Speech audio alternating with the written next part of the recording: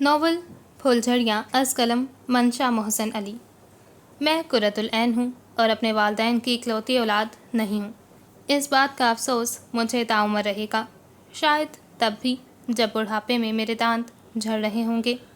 اکلوتے ہونے کی خواہش کرنے کی وجہ صرف اور صرف پروٹوکول ہے، جو کہ اکلوتی اولاد کے حصے میں ہی آتا ہے۔ خیر سے اپنے ماں باپ کے ہم 4 بیٹے بیٹیاں ہیں۔ رافعہ عرف روفی بچو MBBS ڈاکٹر ہیں، جن کی صلاحیتوں کا سارا محلہ متعارف ہے۔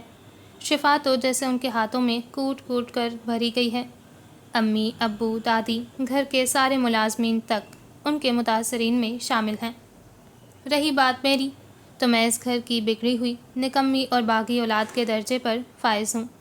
دوسرے نمبر پر رحمان ہے، جسے رنگ برنگے پرندے، بلیاں پالنے کا شوق ہے، اور یہی بلیاں اگر کوئی آسٹریلین طوطا ہڑپ کر جائیں تو 7 خون معاف۔ اور اگر معصوم بہن، جو کہ میں ہوں، جذبہ آزادی سے سرشار ننھے پرندوں کو پروانہ آزادی تھما دے تو قصوروار۔ رحمان زراعت کے شعبے میں ماسٹر کر رہا ہے۔ تیسرے نمبر پر آرزو ہے، جو دن بدن ڈائٹنگ کر کر کے سوکھا بانس ہوتی جا رہی ہے۔ گھاس پھوس کھانے کے علاوہ اسے کوئی کام نہیں۔ وہ BS کے 4تھے سیمسٹر میں ہے۔ بقول میری دادی کے گلزار ولا کا ہر فرد انفرادی طور پر اپنی اپنی ڈیوٹیاں سر انجام دینے میں مگن ہے۔ بس اینی، یعنی کہ پھر میں، قرۃ العین کو کوئی کام نہیں۔ سارا خاندان روز بروز تعلیمی اور تخلیقی شعبوں میں ترقی کرتا جا رہا ہے۔ خیر سے ہر فن مولا تو اس گھر کا ہر فرد ہے، سوائے میرے۔ Cooking, sports, gardening, reading, designing, ہر فن میں طاق ہیں، اور میں جو آرٹس کی طالبہ ہوں، بیچلر آف آرٹس، BA کی انگلش فرصت دے گی تو میری سوئی ہوئی تخلیقی صلاحیتیں جاگیں گی نا۔ شیطان کی آنت کی طرح لمبا کورس ہے، ختم ہی نہیں ہوتا۔ یہ ایک بارش کے بعد کی ٹھنڈی میٹھی دوپہر کا منظر تھا، جب میں دنیا ایک سٹیج ہے کو رٹنے میں مگن تھی۔ دادی قطرنوں کا ڈھیر پھیلائے بیٹھی تھیں اور امی کچن میں دھواں اڑائے ہوئے تھیں۔ اللہ نے دنیا میں ہر انسان کو کوئی نہ کوئی ہنر دے کر بھیجا ہے، کوئی چیز بھی نکمی پیدا نہیں کی، حتیٰ کہ ٹڈی تک بھی نہیں۔ مگر ایک تم ہو، جسے دیکھ کر خیال آتا ہے کہ تمہیں نکما پیدا کرنے میں کیا مصلحت رہی ہوگی۔ یہ فائرنگ دادی کی طرف سے ہوئی تھی، یعنی میں زد میں آنے والی تھی۔ گھیرا تنگ ہونے کو تھا، مگر دادی، ہر کوئی تو اب پیدائشی فنکار نہیں ہوتا نا۔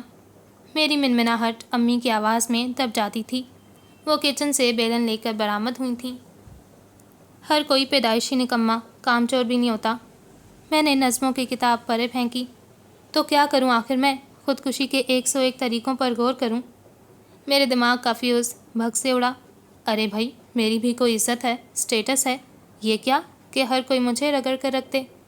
امی نے بیلن کو گھمانا شروع کر دیا۔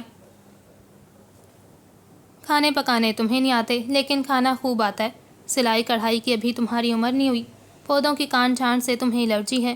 BA کی انگلش میں تم فیل ہو چکی ہو۔ ایسے اعزازات پر تمہیں گلزار ولا کے مکین 7 توپوں کی سلامیاں دینے سے تو رہے بی۔ مجھ ننھی سی جان پر یہ حملہ خاصا بھاری پڑا۔ روفی اوورال میں ملبوس چہکتی مہکتی آئی تھی۔ ایسی صورتحال میں تو کھل سی جاتی تھی۔ پھر اینی کی کلاس ہو رہی ہے۔ میری کلاس اس گھر کے مکینوں کا محبوب ترین مشغلہ تھا۔ کنیز کی بیٹی عروسہ نے BA میں ٹاپ کی ہے، پڈی سی لڑکی مگر ایسی افلاطون کے بس۔ اور ایک یہ ہے، کام کی نہ کاج کی، دشمن اناج کی۔ ارے کون دے گا اسے رشتہ؟ پٹاخے پھوڑتے رحمان کی کھی مجھے سخت طیش میں مبتلا کر چکی تھی۔ میں نے دوپٹے سے آنسو پوچھتے ہوئے حاضرین محفل کو للکارا۔ آپ لوگوں نے قرۃ العین کو کچھ زیادہ ہی ہلکا لے لیا ہے۔ میں اب آپ سب کو وہ کر کے دکھاؤں گی جو کبھی کسی نے نہیں کیا ہوگا۔ اپنے پیچھے دبے دبے کہوں کا طوفان چھوڑتی میں باہر آ گئی۔ کیا یہ انسلٹ کی بات نہیں تھی؟ میری تخلیقی صلاحیتیں جاگ گئیں۔ کاش کہ میرے پاس بھی کوئی جادو کی چھڑی ہوتی کہ میں پہلی فرصت میں ہی اپنے گھر کے مکینوں کو اپنی آنکھوں کے سامنے سے غائب کرا دیتی۔ ہائے، دل کے ارماں آنسوؤں میں بہہ گئے۔ انگلش ٹیسٹ میں فیل ہونے کے بعد غم غلط کرنے کو اکیڈمی کی روش پر میں اپنی اکلوتی دوست کے ساتھ ٹہل رہی تھی۔ آخر اتنی بھڑک مارنے کی ضرورت ہی کیا تھی بھلا؟ ایرن نے بھی مجھے لتاڑنے کے لیے کوشش کی، کوئی بھی تو مجھ معصوم کو بخشنے کو تیار نہ تھا۔ ہائے رے قسمت، تو اور کیا کرتی، روز روز کے تانوں نے میری زندگی عذاب کر کے رکھ دی ہے۔ کاش میں اس سیارے کی مخلوق ہی نہ ہوتی، مشتری مریخ پر پیدا ہوئی ہوتی۔ ارم نے کوک کا ڈبہ ڈسٹ بن میں اچھالا تھا۔ پھر بھی تمہاری زندگی کے مسئلے جوں کہ تم ہی رہتے۔ کبھی تسلی کے 2 حرف نہ بولنا تم، کیسی دوست ہو تم، میرا دکھ تمہیں نظر نہیں آتا؟ سارے زمانے کی دکھی میں تھی۔ ارم اور میں تھک ہار کر دوبارہ بنچ پر بیٹھ گئیں۔ ایسا کون سا تخلیقی کام ہے جو تم کر سکتی ہو؟ آخر 100 میں سے کوئی 200% جتنی کوئی صلاحیت تو ہوگی ہی تم میں۔ بات تو رسوائی کی تھی، مگر میں نظر انداز کر گئی اور دماغ کے گھوڑے دوڑانے شروع کر دیے۔ آخر دماغ ایک نقطے پر اٹک گیا۔ چارلز ڈکنز، نمرہ احمد، عمیرہ احمد، سمیرہ حمید، ان مصنفین کی تحریریں پڑھ پڑھ کر کبھی کبھی تو میرے دماغ کی بھی گھنٹی بجنا شروع ہو جاتی۔ اینی، تم لکھ سکتی ہو، قلم اٹھاؤ، یہ سب بھی تو اسی سیارے کی مخلوق ہیں۔ میرے دماغ کی بتی روشن ہوئی تو میں نے ارم کے ہاتھ پر تالی بجائی۔ میں لکھ سکتی ہوں، مگر کیا؟ ارے بھائی، کہانیاں، ناول، افسانے۔ ارم کہا لگا کر مجھے شرمندہ کر گئی۔ بہنا، وہ اور لوگ ہوتے ہیں، اس میں بہت محنت، مشاہدے اور مطالعے کی ضرورت ہوتی ہے، اور تم ان تینوں میں کوری ہو۔ میں روحان سی ہو گئی۔ دفع ہو پرے، کیسی دوست ہو تم جو بھی حوصلے پست کر رہی ہو؟ میں تو جیسے ساری کشتیاں ہی جلا بیٹھی تھی اور اب کوئی بھی چارہ نہ تھا۔ اچھا چلو، تم کوئی افسانہ لکھو، پھر کسی رسالے میں بھیجیں گے۔ تسلی کے وہ 2 حروف میں دوپٹے کے پلو سے باندھے ساتھ لے آئی۔ پھر تو مانو سب نے حیرت سے ایک دوسرے کا منہ دیکھا تھا۔ کاغذوں کے پلندے تھامے میں کبھی لاؤنج کے صوفے پر بیٹھی صفحے کالے کر رہی ہوتی تو کبھی صبح صبح لون کے بینچوں پر سر جھکائے کلپ بورڈ پر جھکی ہوئی ہوتی، حتیٰ کہ آدھی آدھی راتوں کو گیلری میں ٹہلتی ہوئی افسانے کا پلاٹ سوچنے میں ہلکان ہوئے پھر رہی ہوتی۔ کچن کے دروازے سے لگی کھڑی روفی بچوں کے ہاتھ میں کافی کا کپ ہوتا۔ این، تمہیں کوئی دماغی عارضہ تو نہیں لاحق ہو گیا؟ میں رک جاتی۔ آپ کو ایسا کیوں لگا؟ ارے بھائی، آج کل تم کافی عجیب سی ہوتی جا رہی ہو، اتنی پڑھاکو تو تم کبھی بھی نہیں رہی۔ بڑا ہی کوئی طنزیہ لہجہ تھا، میری آنکھیں برسنے کو تیار تھیں۔ میں اگر نہیں پڑھتی تب بھی مسئلہ ہے، اور اگر پڑھ لوں تب بھی مسئلہ۔ آپ لوگوں کو چین کیوں نہیں پڑتا آخر؟ میں آخر میں چیخ ہی تو پڑی تھی، اور یہ الگ بات تھی کہ میری ان ننھی منی چیخوں سے گھر والے کبھی بھی خوفزدہ نہیں ہوئے۔ عارض ملتانی مٹی کا ماسک لگائے بامشکل خود کو بولنے سے روکے ہوئے تھی۔ رحمان اور کھیکی کی دل جلی باتیں مجھے الگ کبیدہ خاطر کیے ہوئے تھیں۔ اینی، اس بار تو پکا ٹاپ کرے گی۔ وہ تینوں سائنسدان مجھ غریب کو بالکل ہی ناکارہ ثابت کرنے پر تلے ہوئے تھے۔ میں پیر پٹکتی اپنے کمرے میں آ گئی۔ رات ابھی نہیں اتری تھی، شام کے بلب روشن تھے۔ میں جلے پیر کی بلی کی طرح ٹہلے جا رہی تھی۔ آخر تھک ہار کر ارم کو فون ملا لیا۔ میں نے ایک افسانہ لکھ لیا ہے، میری آواز خوشی سے کپکپا رہی تھی۔ ہائیں، سچ؟ اتنی جلدی؟ وہ مشکوک ہو رہی تھی، اسے تو جیسے مجھ پر یقین ہی نہیں رہا، کمینی نہ ہو تو۔ ہاں ہاں، میں نے اپنی آواز میں حتی الامکان یقین بھرنے کی کوشش کی۔ کیا نام رکھا ہے؟ میں نے ڈریسنگ ٹیبل سے کاغذوں کا پلندہ اٹھا کر نظر ڈالی۔ آدھی رات نام ہے۔ ارم آرام دہ صوفے پر پاپ کارن کا باؤل تھامے بیٹھی ڈسکوری چینل دیکھتی سیدھی ہوئی۔ نام تو خاصا خیر رومانٹک تو ہے نا؟ میرا دل اچھل کر حلق میں آ گیا۔ میرے افسانے میں رومانس نام کی کوئی چیز بھی دور دور تک نہیں تھی۔ میرا لہجہ ذرا سا گڑبڑایا۔ ہاں، تھوڑا بہت تو ہے۔ تمہیں تو پتہ ہے نا، آج کل کی لڑکیاں ہلکی پھلکی سیدھی سی کہانیاں پڑھنا چاہتی ہیں۔ میں نے بولتی ٹرین کو روکا تھا۔ اچھا سنو تو۔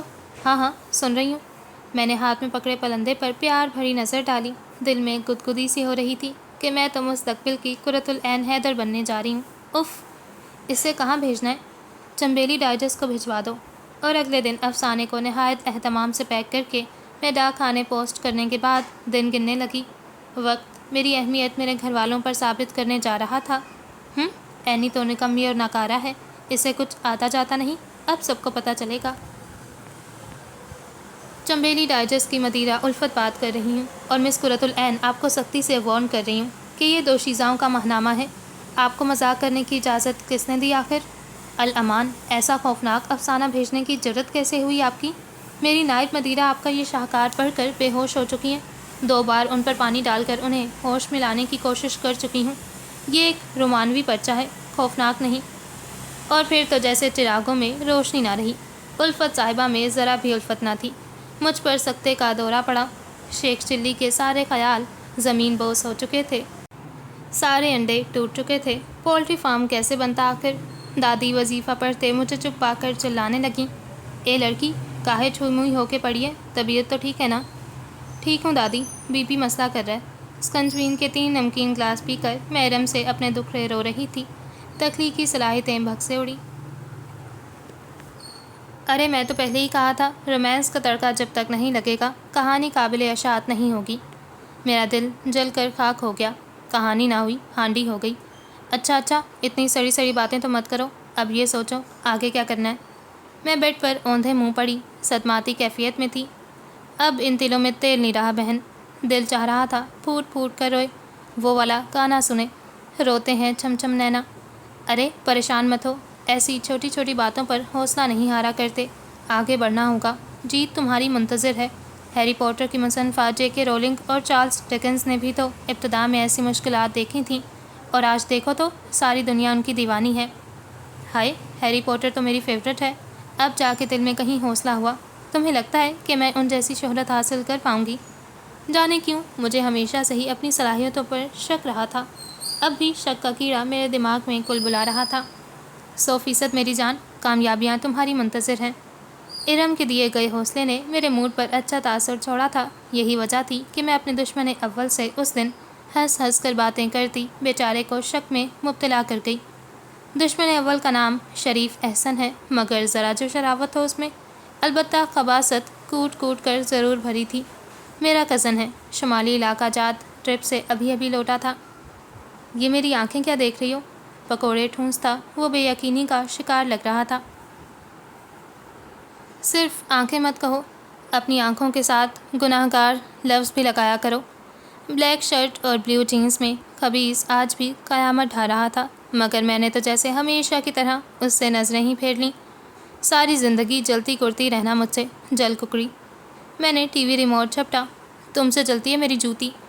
ہاں، میں بھی کہوں ایسا کا انقلاب آ گیا کہ محترمہ ہنس ہنس کر لوٹ پوٹ ہوئے جا رہی ہیں، ورنہ تو یہ منہ اور مسور کی دال۔ پھر سوچا کہیں قاسم علی شاہ کے لیکچرز نہ سننے جا رہے ہوں۔ تم ایسے انسان ہو ہی نہیں کہ تم سے ہنس ہنس کر باتیں کی جائیں۔ میں دشمن اول کی طرف کشن پھینکتی پھپھو کی طرف آ گئی۔ پھپھو میری واحد حمایتی اور پسندیدہ ہستی تھیں، جن سے میری تو کم از کم خوب بنتی تھی۔ وہ ہمیشہ میری ڈھال بن جاتی تھیں۔ امی اور دادی اپنا سموم لے کر رہ جاتیں۔ ارے بھائی، اب 5 انگلیاں کہاں برابر ہوتی ہیں، کوئی نہ کوئی تو ایوریج ہوتا ہی ہے۔ قرۃ العین بس تعلیمی لحاظ سے ذرا پیچھے ہے، ورنہ تو کوئی کمی نہیں ہے اس میں۔ میں پھپھی سے لپٹ جاتی۔ وہ تو ٹھیک ہے، پر اسے گھرداری سے ذرا بھی شگف نہیں، وقت کے ساتھ ساتھ سب آ جائے گا۔ پھپھو کی بات پر دادی کو خوب تاؤ آتا۔ ارے ایسے کیسے آ جائے گا؟ جب کام میں ہاتھ ہی نہیں ڈالے گی تو سسرال میں خاک عزت رہے گی۔ ارے ہو جائے گا اماں۔ ارے تم تو رہنے ہی دو رفت، اس کو کھانا پکا کر فرشتے دینے نہیں آئیں گے، خود ہیڈ پیر چلائے۔ تم پھپھی بھتیجی میں اتنی دوستی ہے تو تم کیوں نہیں سکھاتی اس کو کوکنگ؟ پھپھو نے جیسے سوال نظروں سے مجھے دیکھا تھا، جیسے پوچھ رہی ہوں کیا کہتی ہو پھر اینی؟ میں نے قربانی کے بکرے کی طرح سر کو جھکا دیا۔ ٹھیک ہے پھپھو، میں کل سے آپ کے پاس کوکنگ سیکھنے آ جاؤں گی۔ دشمن اول روز سے کھانستا تھا، کاش میں اس کی بتیسی توڑ سکتی۔ مکار، الو، خبیث کہیں کا۔ مشتاق احمد یوسفی مرحوم کہا کرتے تھے کہ انڈا ایک ایسی چیز ہے جو کہ پھور سے پھور عورت بھی مزے کا بناتی ہے، مگر اینی، میں جو دشمن اول سے توصیفی الفاظ سننے کو تیار کھڑی تھی، اس کا مگر میرا دل جلا گیا۔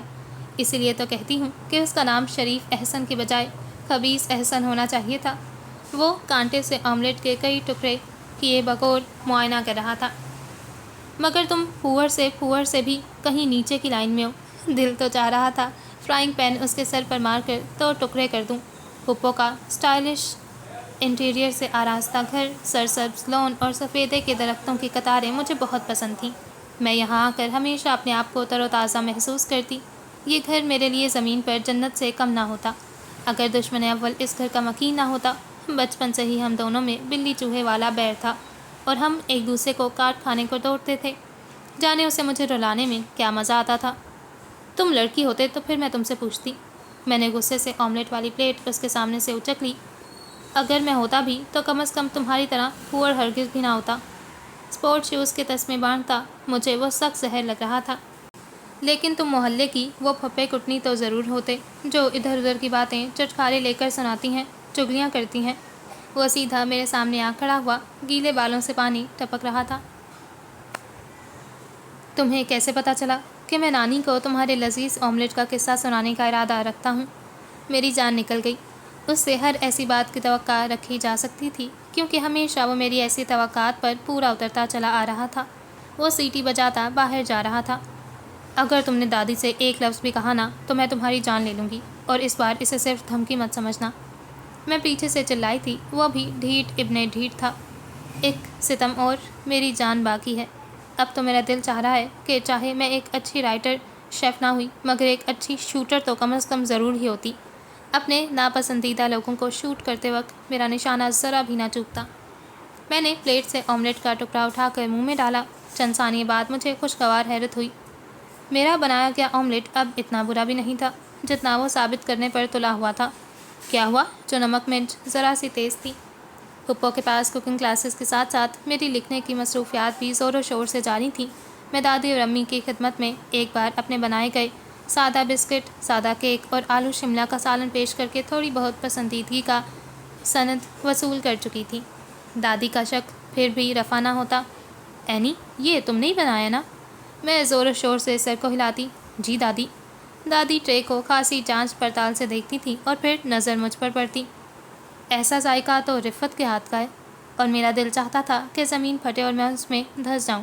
اب کیا بتاتی کہ کیک اور بسکٹ کو اوون میں رکھنے کا کام ہی صرف میں نے سر انجام دیا تھا، باقی سارا کام تو پھپھو نے کیا تھا۔ میں نے تو دشمن اول کی غیر موجودگی میں اس کے کمرے کا دروازہ بند کر کے مہدی حسن کو سنتے صفحات ہی کالے کیے تھے۔ شاید مجھے بھی مستقبل قریب میں جے کے رولنگ اور چارلز ڈکنز جیسی شہرت حاصل ہونے والی تھی۔ ارم کی ہمدردیاں میرے ساتھ تھیں۔ ارم، یہ افسانہ تو پکا لگ جائے گا نا؟ میری کشتی طوفان میں ڈول رہی تھی۔ ہاں ہاں، کیوں نہیں۔ میری سب سے بڑی غلطی کہیں یا پھر بے وقوفی یہ تھی کہ میں ارم کی بات پر یقین کر لیتی تھی۔ ایسا خوبصورت احساس تھا کہ میں پاکستان کے ایک مشہور مصنفہ بن جاؤں گی۔ مدیرہ مجھے لمبے لمبے خط لکھ لکھ کر اپنے جریدوں کے لیے لکھنے کے لیے قائل کریں گی۔ پبلشرز میرے آگے ہاتھ جوڑے کھڑے ہوں گے۔ اف، ٹی وی چینلز کے پروڈکشن ہاؤسز مجھ سے رابطہ کریں گے۔ میں نے 2 ہفتوں میں 4 افسانے لکھ کر کومل اور دوسرے رسالوں کو بھی بھجوا دیے، اور ان کے جواب کا منتظر دن انگلیوں کے پوروں پر گن رہی تھی۔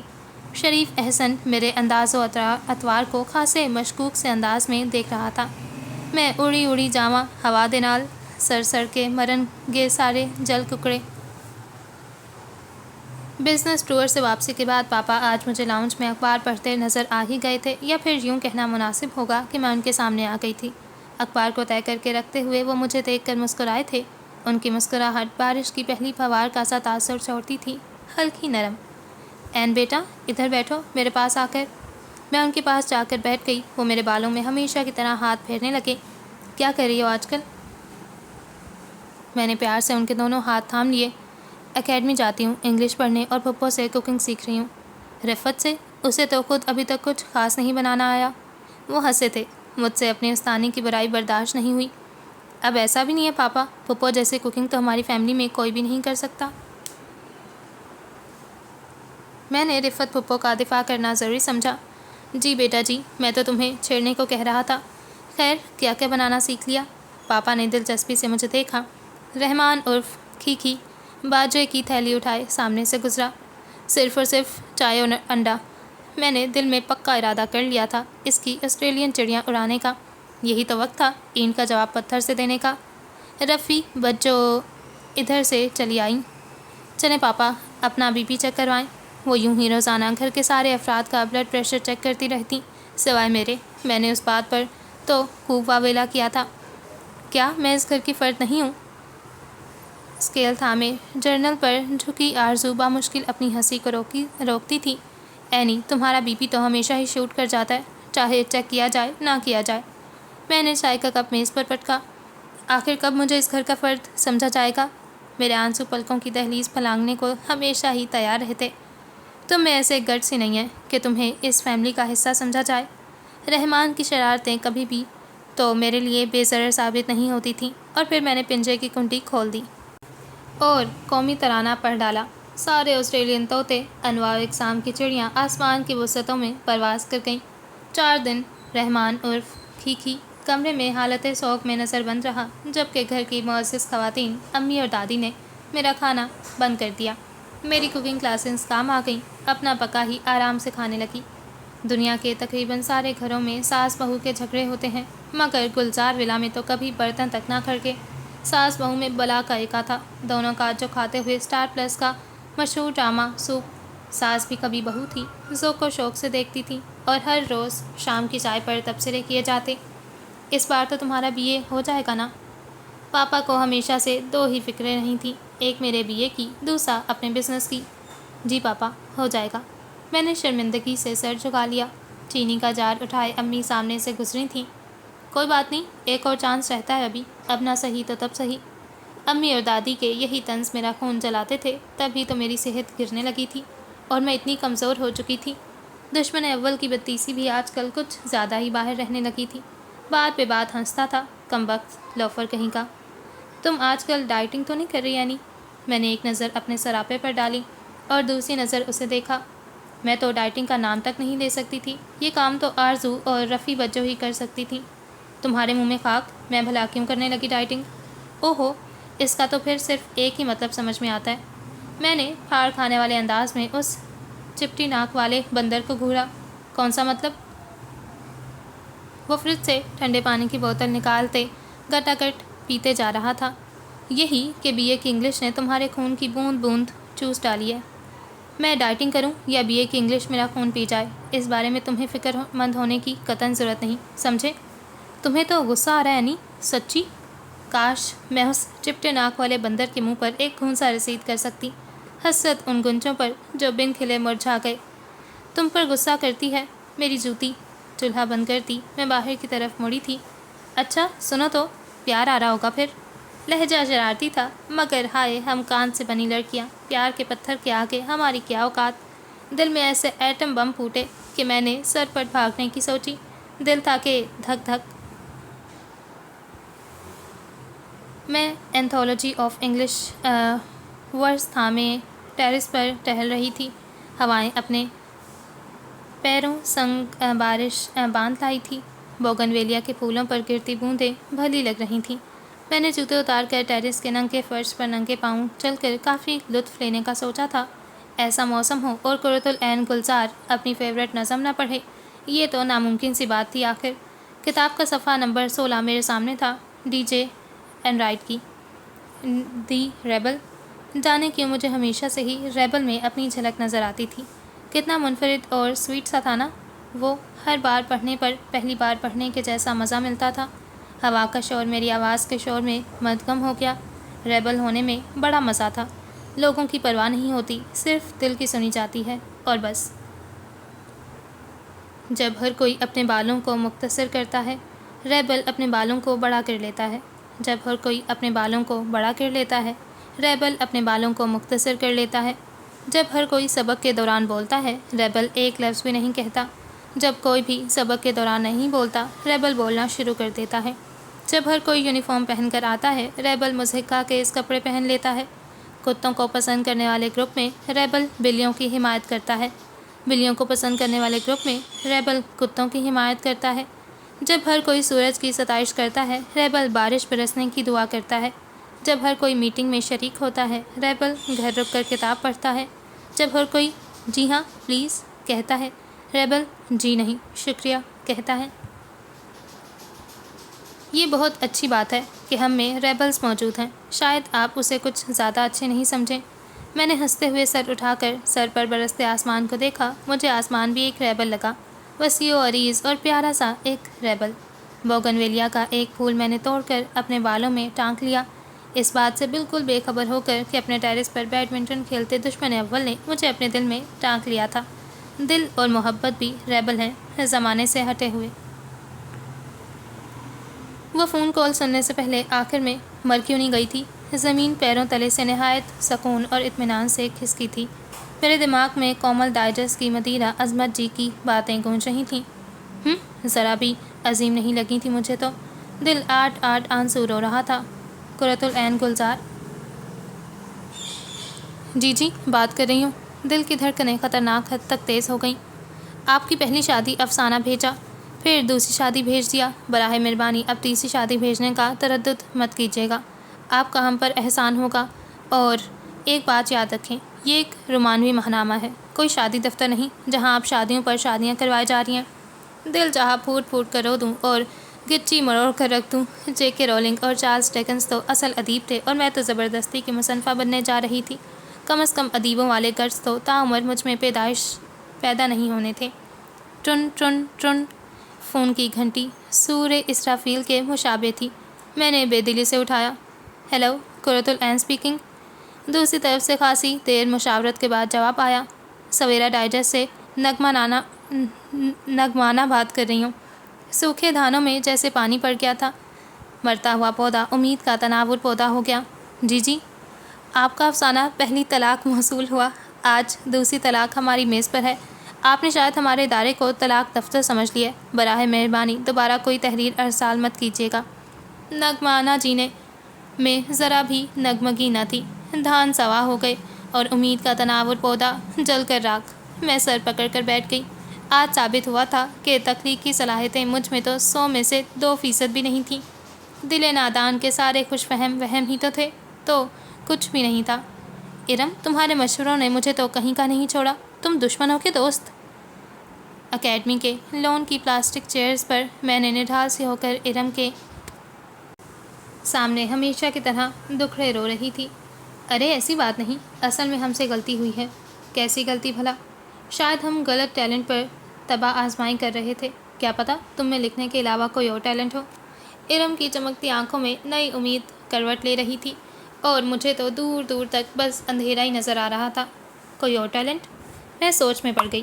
کبھی کبھی تو لگتا ہے جیسے مجھ میں ٹیلنٹ کی بھرمار ہے اور کبھی 100 میں سے انڈا ہی دکھائی پڑتا ہے۔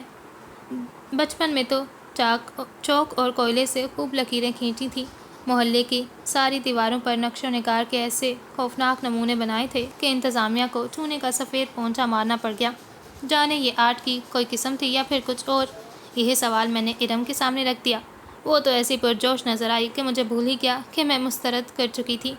ارے پاگل، یہی تو آرٹ ہے۔ آج کل تو مصوری میں کیا کیا نہیں بنایا جا رہا، آڑی ٹیڑھی لکیریں کھینچ کر ہی لوگ پکاسو اور صادقین بن جاتے ہیں۔ میں نے شاکی نظروں سے اسے دیکھا تھا۔ اب بیچارے پکاسو اور صادقین کے فن پر تو شک مت کرو، تمہارے سامنے ہوتے تو تمہارا گلا گھونٹ چکے ہوتے۔ ارم سنبھل گئی۔ ارے چھوڑو بھائی، وہ لوگ جب ایسا کر سکتے ہیں تو تم کیوں نہیں؟ آج کل تو تجریدی آرٹ کے نمونے ایسے بنائے جا رہے ہیں کہ ہنسی آتی ہے اور شاہکار پر شاہکار تخلیق ہو رہے ہیں۔ خواب بے محل تیار ہو رہا تھا جہاں کی میں شہزادی تھی اور زرق برق لباس میں ملبوس ادھر ادھر گھوم رہی تھی۔ کیا واقعی میں ایک اچھی مشہور مصورہ بن سکوں گی؟ میری آواز خوابناک ہو چکی تھی۔ ارم چپس کے شاپر کا پٹاخہ پھوڑتی ذرا آگے ہوئی تھی۔ ہاں، کیوں نہیں؟ ایک دن آئے گا جب تم ایک عظیم مصورہ کے طور پر جانی جاؤ گی، نمائشیں لگی ہوں گی تمہاری تصویروں کی، آٹوگراف کی آوازیں ہوں گی، لاکھوں میں تمہاری تصویریں فروخت ہوں گی۔ اف، مجھے تو جیسے یہ سب سوچ سوچ کر ہی گدگدی سی ہو رہی تھی۔ ارم، اگر کہیں سے میں اس فیلڈ میں بھی ناکام ہو گئی تو؟ اندیشوں کے ناگ بھن پھیلائے میرے گرد رقصاں تھے۔ اس نے میرے ہاتھوں پر ہاتھ رکھ کر جیسے دلاسا دیا۔ سمندر میں اترنے سے پہلے شارک سے مت ڈرو، تم واقعی ایک تخلیقی ذہن کی مالک ہو، آرٹسٹ ہو، اور یہ لوگ تو فطری طور پر شروع سے ہی سب سے الگ تھلگ اور حساس لوگ ہوتے ہیں۔ مجھے کچھ ڈھارس بندھی، ایک نئے خواب کا بیج اب کہیں دل کو یقین سا ہو چلا تھا کہ میں ضرور کچھ نہ کچھ بن جاؤں گی۔ کیا پتہ کبھی میں بھی مونا لیزا کی مسکراہٹ جیسا کوئی عظیم الشان شاہکار تخلیق کر ہی ڈالوں۔ اب ہونے کو تو آخر کچھ بھی ہو سکتا ہے، تو پھر کیوں نہ اچھی سوچی جائے۔ اگلی آنے والی صبح گھر کے مکینوں کو حیرت میں ڈال گئی تھی، کیونکہ اس ٹھنڈی میٹھی صبح میں جب پرندے درختوں کے جھنڈوں میں اپنی بولیاں بول رہے تھے تو میں لون کے وسط میں ایزل اور کینوس سجائے واٹر کلرز کا ڈھیر پکڑے برشز کانوں میں کی اوٹ میں عرض سے بیٹھی تھی۔ رحمان ہکا بکا اندر بھاگا تھا، آرزو کھیرے کے سائز کھاتی باہر آئی تھی اور رفیع بجو ابھی تک شب خوابی کے لباس میں ملبوس تھیں۔ وہ تینوں حیرت سے چلائے تھے، اینی یہ کیا ہو رہا ہے؟ ان کی آواز کسی دھماکے سے کم تو ہرگز نہیں تھی۔ پینٹنگ، میری آواز میں بلا کا سکون تھا۔ وہ پاس رکھی کرسیوں پر بیٹھ گئے۔ تمہیں کس نے مشورہ دیا؟ آخر مصوری کا؟ آرزو کا سلائس اٹھاتا ہاتھ رکا تھا اور میں تو جیسے ان کی سب باتوں کو نظر انداز کیے سکون میں تھی۔ آخر آرٹسٹ بہت ہی بے نیاز قسم کے لوگ ہوتے ہیں۔ میں نے بھی آخر کار بے نیازی کا چولا پہن لیا تھا۔ میرا اپنا مشورہ ہے، مگر اتنے اچانک کیسے؟ بیٹھے بٹھائے کیا سوجی تمہیں؟ آرٹسٹ کو کبھی بھی کہیں بھی آگہی ہو جاتی ہے۔ مجھے بھی ہو گئی کہ مجھ میں ایک عظیم آرٹسٹ چھپا بیٹھا ہے۔ رحمان کرسی سے کشن گرین گھاس پر الٹ گیا اور کلا بازیاں لگانے لگا۔ بی اے کلیئر ہوتا نہیں محترمہ سے اور چلی ہیں مصوری کرنے۔ برش پکڑنا آتا ہے یا نہیں؟ آرزو نے بامشکل ہنسی روکی۔ اینی، تمہیں بھی بیٹھے بیٹھے جانے کیا سوچتا رہتا ہے؟ رفی بچوں اٹھ کھڑی ہوئی۔ یہ کام بہت محنت اور ریاست کا ہے۔ ایزل، کینوس اور برشز تھام لینے سے کوئی آرٹسٹ نہیں بن جاتا۔ میری آنکھیں ساون بھادوں کر کے وہ تینوں چلے گئے اور میں پیچھے بیٹھی رہ گئی۔ دل تو چاہ رہا تھا کہ رنگوں کے سارے ڈبے ان تینوں پر الٹ دوں۔ یہ بھی ایک قسم کا شاہکار ہی ہوگا۔ دادی اور امی کی مسکراہٹ نے تو جیسے جلتی تیل کا کام کیا۔ اینی، کوکنگ بھی آرٹ کی ایک قسم ہے۔ تم اسی میں ہی ماہر کیوں نہیں ہو جاتی تاکہ تمہاری امی اور دادی کو بھی تم پر فخر کا موقع مل سکے؟ میں پپو کی طرف چلی آئی تھی۔ وہ کہیں جانے کو تیار کھڑی تھی۔ مجھے دیکھا تو مسکرا دی۔ شکر اینی کہ تم آ گئی۔ میں ذرا اپنی دوست عزرا کی طرف تیمارداری کو جا رہی ہوں۔ شریف کے کچھ دوستوں نے آنا ہے۔ بریانی چڑھا دی ہے، پلیز تم دیکھ لینا۔ وہ چلی گئی تھیں۔ میں کچن میں آ گئی۔ چولہے پر 2 دیگچیاں چڑھی ہوئی تھیں۔ ایک میں بریانی کا مسالہ تیار ہو رہا تھا جبکہ دوسرے میں چاول ابل رہے تھے۔ میں آنچ برابر کرتی باہر آ گئی۔ پپو کا گھر شروع سے ہی میرا فیورٹ رہا تھا۔ طویل گیلریاں، کھلے ہوادار کمرے، انڈور پلانٹس کی جگہ جگہ موجودگی دماغ کو تر و تازہ کر کے رکھ دیتی ہے۔ پودوں کے پتوں پر انگلیاں پھیرتے، سرخ اینٹوں پر ننگے پاؤں چلتی، ٹیولپ کے پھولوں کا گداز محسوس کرتی، میں سب بھول بھال گئی۔ خیر تو تب ہوئی تھی جب وہ میرے سر پر کھڑا مجھ پر چیخ چلا رہا تھا، تم اتنی لاپرواہ اور نکمی ہوگی، میں سوچ بھی کیسے سکتا تھا۔ میں سمجھتا تھا باقی سب ایسے ہی تمہیں چھیڑنے کو، تمہاری کاہلی اور نکمے پن کو نشانہ بناتے ہیں، مگر تم تو واقعی کسی قابل نہیں ہو۔ جو ذمہ داری دی جاتی ہے اسے نبھایا جاتا ہے، مگر تم کیا سمجھو گی؟ ادھر آؤ اور دیکھو۔ وہ مجھے ہاتھ سے کھینچتا کچن کی طرف لے آیا۔ کچن میں جلنے کی بو پھیلی ہوئی تھی۔ امی اپنی جگہ تمہیں یہاں کھڑا کر کے گئی تھی، مگر تمہیں کیا پرواہ؟ میرے دوست ابھی پہنچنے والے ہیں، کیا میں انہیں یہ جلا ہوا کھانا کھلاؤں گا؟ تم جیسی لڑکی میں نے نہیں دیکھی۔ سخت افسوس اور غصہ ہے مجھے تم پر۔ وہ غصے سے بڑبڑاتا باہر نکل گیا۔ میں جہاں کی تہاں کھڑی رہ گئی۔ میرے گالوں پر آنسو بہنے لگے۔ پھر میں وہاں نہیں رکی، سیدھے گھر ہی چلی آئی تھی۔ غلطی میری ہی تھی۔ وہ سارا دن عجب بے چینی اور پریشانی میں گزرا تھا۔ ٹیرس کے جھولے سے میں نے پشت ٹکا لی۔ کیا میں واقعی اتنی ناکارہ اور کامچور تھی؟ مجھ میں کوئی قابلیت، کوئی ٹیلنٹ، ہنر نہیں تھا؟ ڈش واشر میں پلیٹیں دھوتی میں رو رہی تھی۔ پہلے تو میں اس کی ہر چھوٹی بڑی بات کو نظر انداز کر دیتی تھی۔ مجھے ذرا بھی رتی برابر بھی تو فرق نہیں پڑا کرتا تھا، مگر جانے اب کیوں مجھے اس کی ہر بات محسوس ہو رہی تھی۔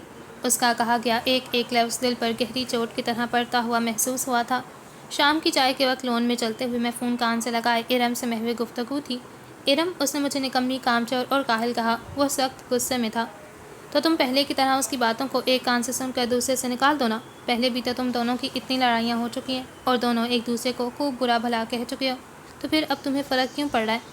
فوارے کے پاس کھڑی میں ارم کی بات پر غور کر رہی تھی۔ میں انسان ہوں، جذبات و احساسات رکھتی ہوں، اس سب سے آخر کب تک اور کس طرح نظریں چرا سکتی ہوں؟ کہیں دشمن اول کے بارے میں تمہارے خیالات و جذبات بدل تو نہیں رہے نا؟ میرا دل دھڑک اٹھا تھا۔ نہیں، خیر اب ایسی بھی کوئی بات نہیں۔ میں نے ارم کو تو ٹال دیا تھا، مگر اس ڈھلتی شام میں اسے لون میں واک میں کانوں میں لگائے ٹہلتے دیکھ کر واقعی مجھے لگنے لگا تھا کہ شریف احسن کے بارے میں میرے جذبات و احساسات واقعی بدلتے جا رہے تھے۔ میرے دل کی دھڑکنوں کی لے بدل چکی تھی۔ بچپن سے جس سے میں ہزاروں لڑائی جھگڑے کر چکی تھی، وہ اب ایسے نئے روپ میں میرے سامنے کیوں آ رہا تھا؟ تب ہی اس نے سر اٹھا کر چونک کر اوپر کی طرف دیکھا تھا اور پھر نظریں واپس پھیر لیں۔ میں بھی اندر کی طرف بڑھ گئی۔ کمرے کے کونے میں رنگ بکھرے پڑے تھے اور ہلکی ہلکی تیل کی بو پھیلی ہوئی تھی۔ میں نے برش رنگوں میں ڈبو لیے تھے اور کینوس پر رنگ بھرنے شروع کر دیے۔ میں نے ابھی سے خود کو پکاسو کی شاگردہ سمجھ لیا تھا۔ اگلے ہفتے الحمرا میں ہونے والی نو آموز مصوروں کی تصویری نمائش میں میں نے بھی حصہ لینے کا سوچا تھا۔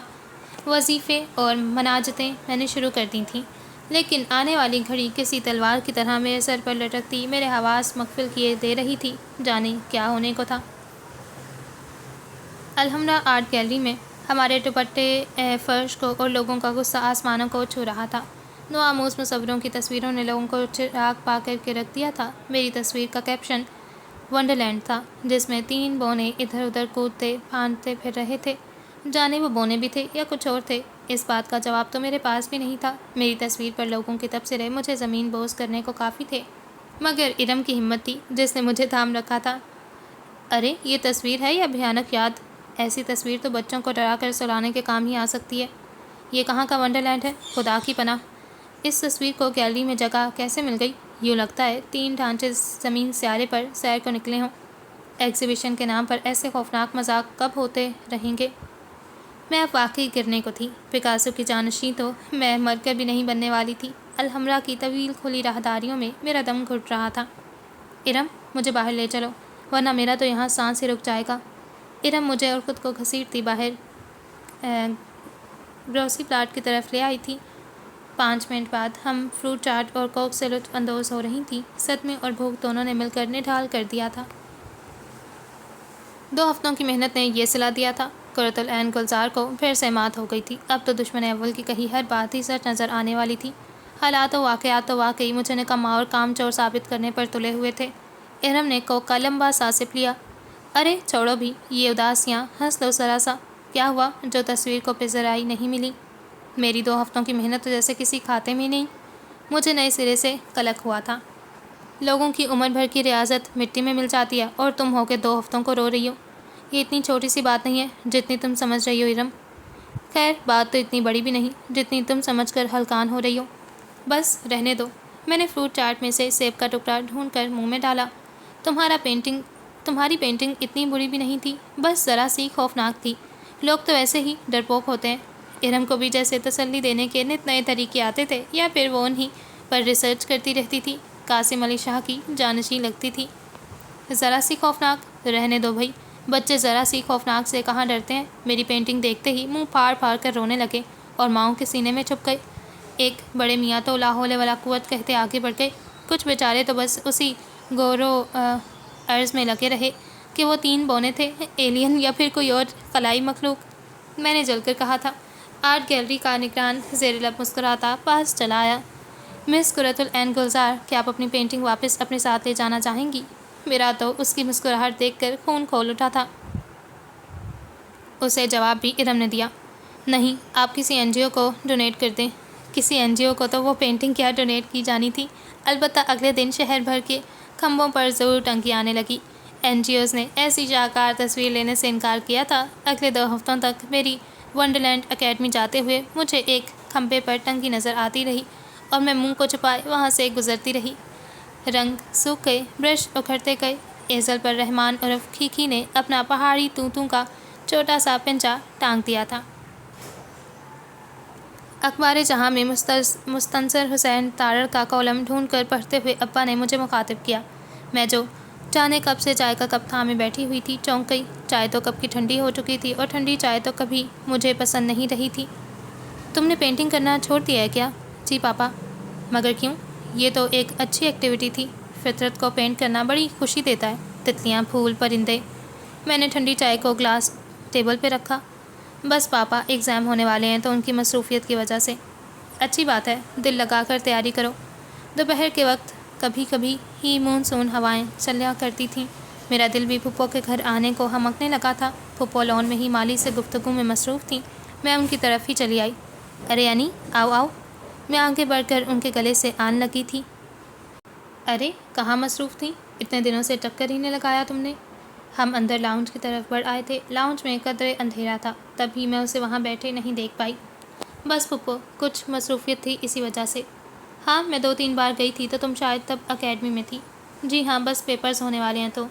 پھپھو نے محبت سے مجھے دیکھا۔ اللہ تمہیں کامیاب کرے۔ آمین کی آواز جانے کہاں سے آئی تھی۔ میں نے پلٹ کر دیکھا تو ٹوسٹر صوفے پر وہی لم لیٹ ہوا پڑا تھا اور آمین کی صدا بھی اسی کی بلند ہوئی تھی۔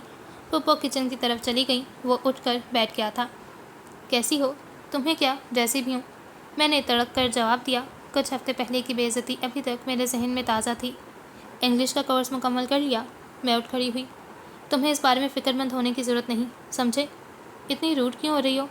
میری آنکھیں چھلکنے کو بےتاب تھیں۔ میں روڈ ہو رہی ہوں؟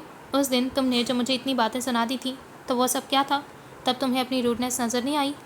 میں پھپھو کی طرف کچن میں آ گئی جب وہ پیچھے سے چیخا تھا، آئی ایم سوری نا، باہر میں جاؤ، تم اور تمہاری سوری۔ جس دن میں پیپر دے کر فارغ ہوئی اس کے 2 دنوں بعد میری سالگرہ تھی اور مجھے کوریئر سے سوری کے کارڈ کے ساتھ ایک مہکتا ہوا لال گلابوں کا بوکے موصول ہوا۔ سارے کمرے میں لال گلابوں کی مہک بکھر گئی۔ میں نے گہری سانس لیتے ہوئے بوکے کے ساتھ لگی پرچی کو کھولا۔ خلیل احمد کی خوبصورت سی غزل پر میری نظریں پھسلنے لگیں۔ دشمن اول کی لکھائی آج بھی متاثر کن تھی۔ اکثر چھٹیوں کا ہوم ورک وہ مجھے کر کے دیتا تھا اور بدلے میں میری آدھی پاکٹ منی میں برابر کا حصے دار بن جاتا۔ خاموشی میں شور تھا۔ میں نے سنا کچھ بھی نہیں۔ اس نے سب کچھ دیا لیکن کہا کچھ بھی نہیں۔ تجھ کو کیا معلوم اے جان، جہاں تیرے بغیر میرا جیون کٹ گیا اور میں جیا کچھ بھی نہیں۔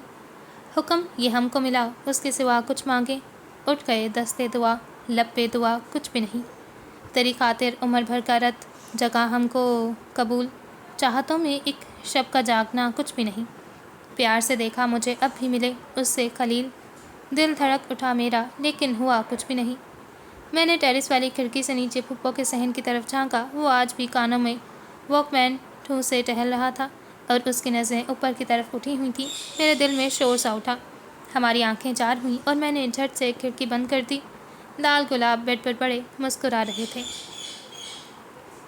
مجھے دشمن اول کا بچپن آج بھی روز اول کی طرح یاد ہے۔ میں نہیں بھول سکتی۔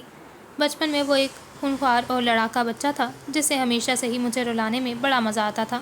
میری گڑیا کا گھر غائب کرنا، پونیاں کھول دینا، ہوم ورک پر ہائی لائٹر پھیر دینا، اسکول بیگ میں چمٹے کا کروچ پکڑ کر چھوڑ دینا بھی اس کی شرارتوں میں شامل تھا۔ وہ مارکیٹ میں آئی ہر نئی شرارت مجھ پر آزمانا اپنا فرض سمجھتا تھا۔ پھپھو کے پاس میں جب بھی شکایت لے کر جاتی تھی وہ میری ہی حمایت کرتی۔ شریف، اینی سے سوری کرو۔ میں کیوں کروں سوری؟ بہت اونچی ناک تھی موصوف کی۔ تم نے اس کے بیگ میں کاکروچ کیوں ڈالے؟ اس نے میری سیاہی کیوں پانی میں بہائی؟ پھپھو زچ ہو جاتی۔ کب سدھرو گے آخر تم دونوں؟ وہ بہن ہے تمہاری۔ جی نہیں، میں اس کو بہن نہیں بناؤں گا۔ میں بھی تمہیں بھائی نہیں بنانے والی، موٹے آلو۔ میں تم جیسی مریل چھپکلی کا بھائی بنتا بھی نہیں۔ وہ مجھے تاؤ دلاتا تھا۔ زندگی یوں ہی بچپن سے لڑکپن کی طرف آ گئی تھی۔ ہماری خونخوار لڑائیاں اور جھگڑے تو ناپید ہو چکے تھے مگر ہلکی پھلکی نوک جھوک ابھی تک باقی تھی۔ اسے ہی مجھ سے ٹکر لینے کی عادت تھی۔ مجھ سے لڑے بغیر تو اسے کھانا بھی ہضم نہیں ہوتا تھا۔ جس دن میرا BA کا رزلٹ آیا اسی دن رافعہ بچوں کی بات طے ہوئی تھی اور 2 ہفتوں بعد شادی کی ڈیٹ رکھی گئی تھی۔ عابد بھائی ان کے کولیگ تھے اور مردانہ وجاہت کا شاہکار تھے۔ میں خدا کر کے BA میں پاس ہو گئی تھی۔ میری خوشی کا کوئی ٹھکانہ نہیں رہا تھا۔ میں مٹھائی کی پلیٹ تھامے پھپھو کی طرف آئی تھی اور وہ دروازے میں کھڑا، بلیک جینس پر چیک والی شرٹ پہنے۔ وہ میرا دل دھڑکا گیا۔ دشمن جان لگ رہا تھا۔ ہاتھ میں کیا ہے؟ نظر نہیں آ رہا۔ پلیٹ ہے۔ میں کترا کے نکلنے کو تھی مگر وہ راستہ روکے کھڑا تھا۔ پلیٹ میں کیا ہے؟ میں نے گھور کر اسے دیکھا۔ مٹھائی ہے۔ وہ ہنسا تھا۔ مجھے نہیں کھلاؤ گی؟ میں نے ایک پل کو سوچ کر پلیٹ آگے کی تھی۔ وہ نفی میں سر ہلا رہا تھا۔ ہاتھ سے کھلاؤ گی تو کھاؤں گا۔ میں اسے پرے دھکیلتی آگے بڑھی۔ باہر میں جاؤ تم۔ ان الفاظ پر غور کرنا ذرا، بعد میں پچھتاؤ گی۔ میں پچھتانے والوں میں سے ہرگز نہیں ہوں، سمجھے مسٹر احسن۔ رافعہ بچوں کی مہندی والے دن وہ مجھے گیلری میں آن ٹکرایا تھا، زرد انارکلی فراک میں ملبوس۔ میں اسے دیکھ کر رک گئی۔ شریف احسن کی مجھ پر پڑنے والی وہ عام نظریں ہرگز بھی نہیں تھیں۔ وہ تو والہانہ نظریں تھیں، پیار بھری۔ ہائے ظالم، یہ تم ہو؟ اس نے سیدھا اپنے دل پر ہاتھ رکھا۔ کتنے چھچورے لگ رہے ہو ایسے کہتے ہوئے۔ انارکلی لگ رہی ہو قسم سے۔ مہندی کا تھال میں نے بامشکل سنبھال رکھا تھا۔ مگر تم سلیم نہیں ہو۔ بن تو سکتا ہوں۔ وہ سنجیدہ لگا۔ مجھے ایسی سنجیدگی میں نے پہلے اس کے چہرے پر کبھی نہیں دیکھی تھی۔ میں اس کے سامنے کھڑی تھی۔ میں نے بڑی مشکل سے اپنے لہجے کی مضبوطی کو قابو میں رکھا۔ میں وہی قرۃ العین گلزار ہوں، نکمی اور کامچور، جو پڑھائی میں اچھی نہیں ہے، جسے اچھا کھانا پکانا بھی نہیں آتا، سلائی کڑھائی بھی نہیں آتی۔ میرے بارے میں اب تمہارے خیالات کیوں بدل گئے ہیں؟ میں نے بڑی مشکل سے اپنے لہجے کو ٹوٹنے سے بچایا تھا۔ میں پڑھا لکھا ہوں، اچھا کھانا پکانا بھی جانتا ہوں، باقی سلائی کڑھائی پلیز تم سیکھ لینا، باقی ہم دونوں مل کر مینیج کر لیں گے۔ رہی بات خیالات بدلنے کی تو یہ تو دل کے معاملات ہیں، کبھی بھی کیسے بھی واردات ہو سکتی ہے۔ بہت کر لیے لڑائی جھگڑے، اب باقی عمر سکون سے گزاریں گے، کیا خیال ہے؟ گیندے کی مہک حواس پر چھا رہی تھی، میرے لیے کھڑے رہنا مشکل ہو گیا، دل الگ گھڑیال بن کر شور کر رہا تھا۔ ول یو میری می؟ وہ پوچھ رہا تھا۔ میں نے ایک نظر اس دشمن جاں کو دیکھا اور سنجیدگی سے جواب دیتی مہندی والا تھال سنبھالتی باہر بھاگی تھی۔ دادی سے پوچھ کر بتاؤں گی۔ شریف احسن نے یقیناً پیچھے اپنے بال نوچ ڈالے ہوں گے۔ میں گھونگھٹ نکالے بیٹھی ہوں، میرے دائیں بائیں دادی اور امی بیٹھی ہیں اور دونوں ہی رفت پھپھو پر خفا ہو رہی ہیں۔ آخر رفت کو اتنی جلدی کیا تھی بھلا؟ توبہ ہے، چلو اچھا ہے، اب ساس بہو دونوں ایک ساتھ لگی رہیں گی۔ دادی نے سسکاری بھری، ہائے اینی تو میرے آنگن کی بلبل تھی، تجھ سے ہی تو گھر بھر میں رونق تھی۔ میں یعنی نکمی کاہل اب گھر بھر کی گلزار ولا کی بلبل ہو گئی تھی، یا حیرت! امی بار بار میرے ساتھ ہاتھ تھام رہی تھیں۔ اینو، جو بھی ہم کہتے تھے تمہارے بھلے کو ہی کہتے تھے۔ مائیں دادیاں ہی ایسے نصیحتیں کرتی اچھی لگتی ہیں، دل پر نہ لینا۔ میں نے تو اب تک دل پر نہ لیا تھا، اب کیسے لے لیتی؟ ابا نے بھیگی آنکھوں سے میری پیشانی چومی ہے۔ چائے اور آملیٹ ہی بناتی ہو، مگر بناتی بہت مزیدار ہو۔ آرزو نے پینٹنگز کا ڈھیر مجھے گفٹ کیا ہے، شکر ہے کہ ان میں کوئی بھی ونڈرلینڈ جیسی نہیں۔ رافعہ بچوں ہنسی تھی۔ اینی، آج میرا دل چاہ رہا ہے کہ تمہارا بی پی چیک کروں، آج تو یقیناً نارمل ہوگا۔ رحمان عرف کھیکی نے ایزل پر ٹنگا پہاڑی طوطوں والا پنجرہ مجھے دان کر دیا ہے۔ اس سب کا یہی مطلب ہوتا ہے کہ میں گلزار ولا کے ہر فرد کی زندگی میں کسی نہ کسی حد تک ضرور اہم ہوں۔ میرے قریب ہی سے کسی کی معنی خیز کھانسی کی مصنوعی آواز آئی، یعنی یقیناً یہ دشمن اول، اب دشمن جاں کے علاوہ کون ہو سکتا ہے بھلا؟ مردانہ کلون کی خوشبو میرے شروع سے ہی فیورٹ رہی تھی۔ قرۃ العین گلزار، آپ ایک اچھی رائٹر نہیں ہیں، اچھی پینٹر بھی نہیں اور اچھی کک بھی نہیں ہے تو؟ سوال ادھورا چھوڑ کر وہ پورا جواب چاہتا تھا۔ میں بالکل یہ نہیں ہوں، مگر میں ایک اچھی بیوی ضرور ثابت ہو سکتی ہوں۔ میں نے اپنا ہیل والا جوتا اس کے بوٹ پر مار کر اس کی بولتی بند کر دی۔ آہ ظالم بیوی! میں کھلکھلا کر ہنس دی تھی۔ بچپن کے سارے حساب کتاب اب میں برابر کرنے والی تھی۔